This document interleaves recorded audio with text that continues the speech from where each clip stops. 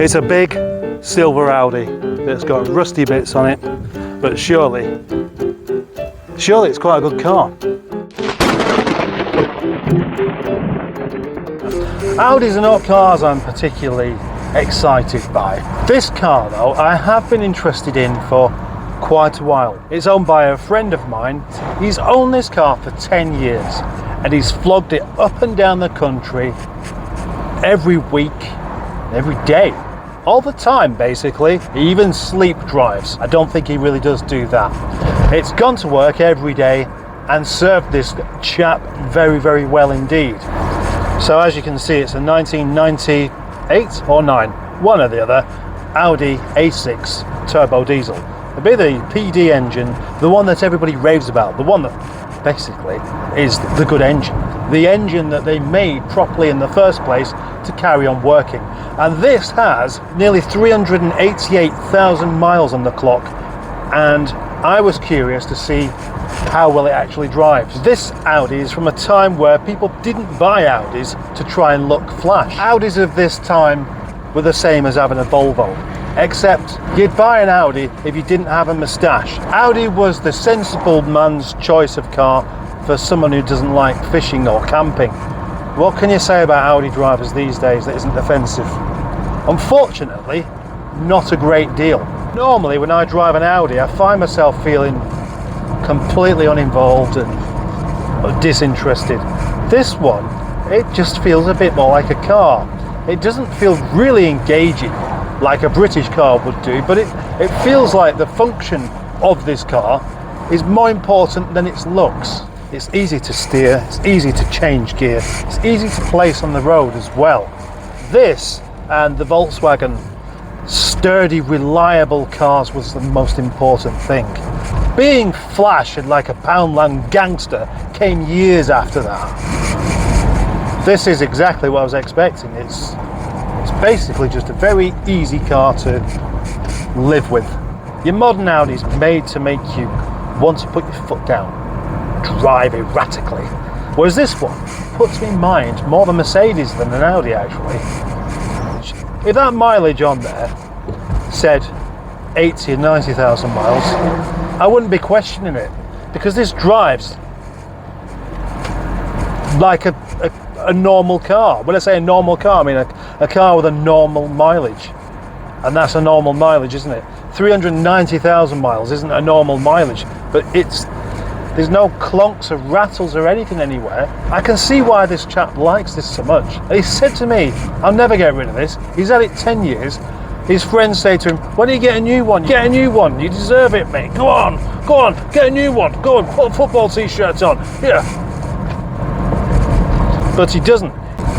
In actual fact, the reason I know how much he likes this car, the introduction to this car in the first place, was when I was boasting about my 1.4K series and how I believe it will outlast pretty much everything that everyone else has got. And he said, well, I bet it won't outlast this.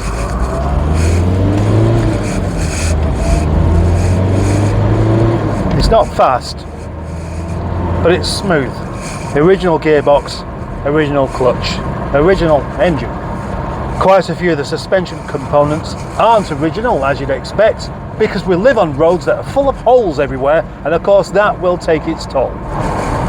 Nice to feel this build quality actually still here, because this was a car built in a time where this kind of build quality wasn't really as important. Look at your Fords and Vauxhall of the 1990s. They were very good, were they? That's the thing. One thing I like about this car is that it lollops. Yeah, that's right, it lollops.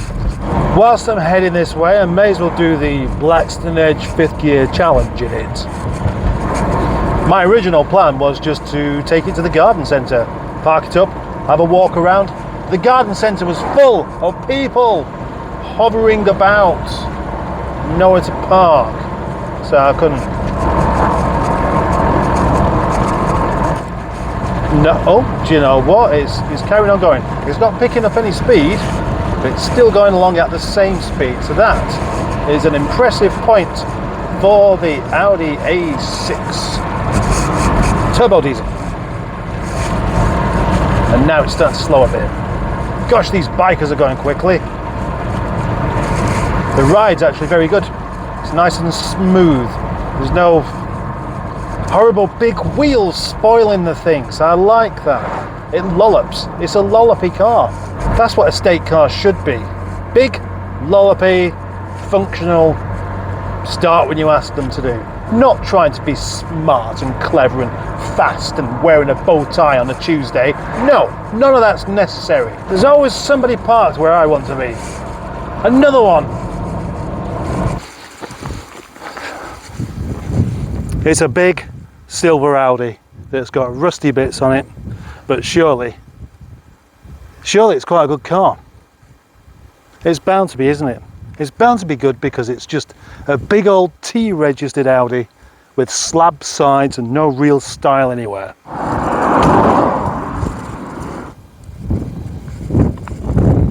When this car was new, I wasn't actually a fan of them at all because they're a bit plain. They're plain. They don't really have a great deal of features going on. Slab sides, uneventful headlamps, rounded bumper bits.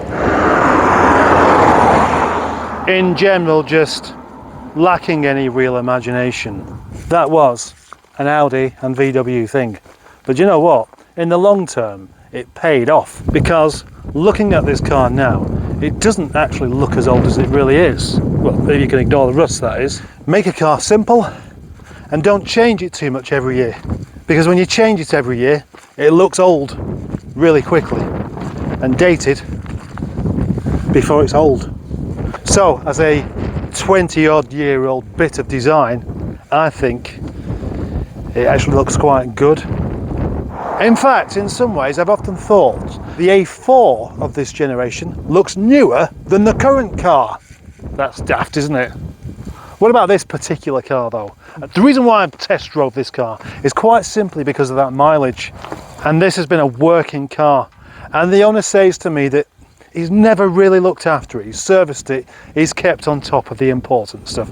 But as far as making it look nice, no, he hasn't. No, he hasn't bothered with that because that's not been its function. So we can see it's got a tow bar on it, but look at all the grazing on the bumper there where it's had scooters popped in and out. And the size of this boot and bits of worn out carpet everywhere. It is not pretty. I tell you what though, I bet if I lay the seats down on this, I could properly stretch out in this and have myself a little nap. Well, I'm not going to because it's a dirty car. It's a works car. It's basically a van. It's been used as a van, so it's got evidence of van damage everywhere, and I don't want to do that. I don't want to I don't fancy a nap anyway. I'm all right. I'm okay. I've had enough sleep. Silly idea. Let's take a look at the interior anyway, shall we? Yes. Very, very typical late 90s. Well, that's what it is. Now, you could say it's typical of late 90s, but it's not really. It's typical of Volkswagen Audi group. That's really all there is to it. It's not trying to be overly flash anywhere, but it's very, very functional. Now, door shut sounds. I have a thing about door shut sounds and how they should sound and whether they're any good or not. So listen to this one from the inside.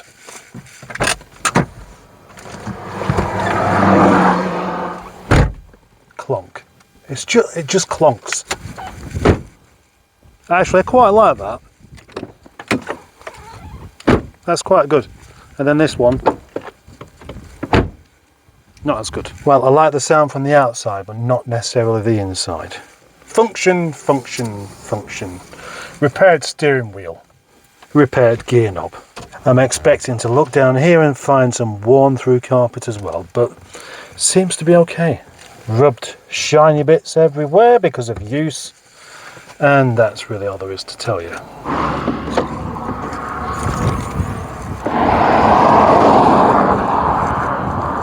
Open the bonnet and we find a diesel engine. Anyway, I'm not really interested in that. Sturdy roof rails. Good. Oh yeah, it's got alloys, but they're not particularly exciting. But why do they need to be?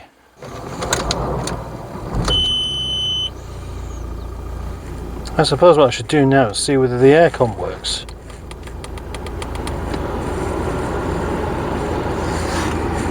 Oh! Hey, I think it does as well. That's cold.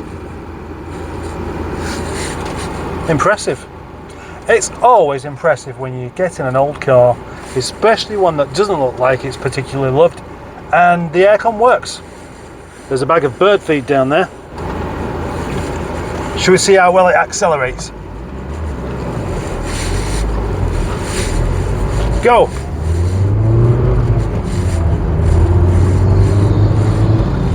Oh. I think the answer is it doesn't really. It's time for me to deliver my conclusion on this car. Maybe that sounds like my opinion is actually important, and of course it isn't. But of course, you know, you're watching this so far, and you might want to know what my conclusion actually is. I shouldn't even need to explain any of that, really, should I?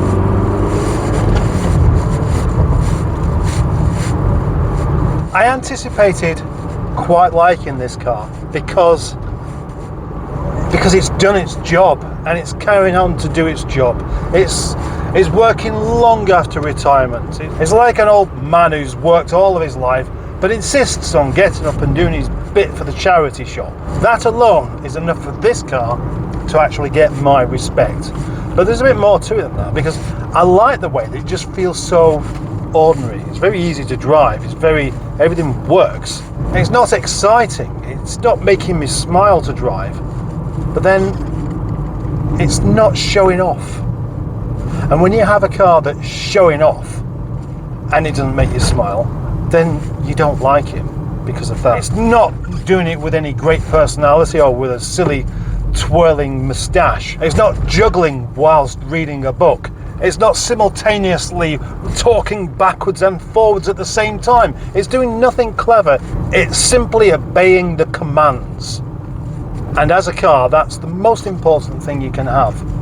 And because it's not modern, it doesn't have any confusing screens anywhere. I've basically got in it and started driving it, and I knew pretty much where everything was. That to me is what a car really should be. All the other things, all the touch screens and all these things everywhere like that, that is showing off, and showing off for the sake of it. And I won't be alone in this, but that's why I don't like modern cars, because there's no need for any of it. All it does is make the driving experience confusing, and being confused and driving are not a good mix. One day there'll come a point where that kind of thing is not so much frowned upon, but just not encouraged any longer, because, well, if you want people to drive properly, they've got to focus on what they're doing, not all over here or all over there or wherever they happen to be putting their attention. This is a car, and I like cars, and to me, I'd have this over an Audi that's 10, 15, 20 years newer if I wanted to get to my destination every day. That's the conclusion.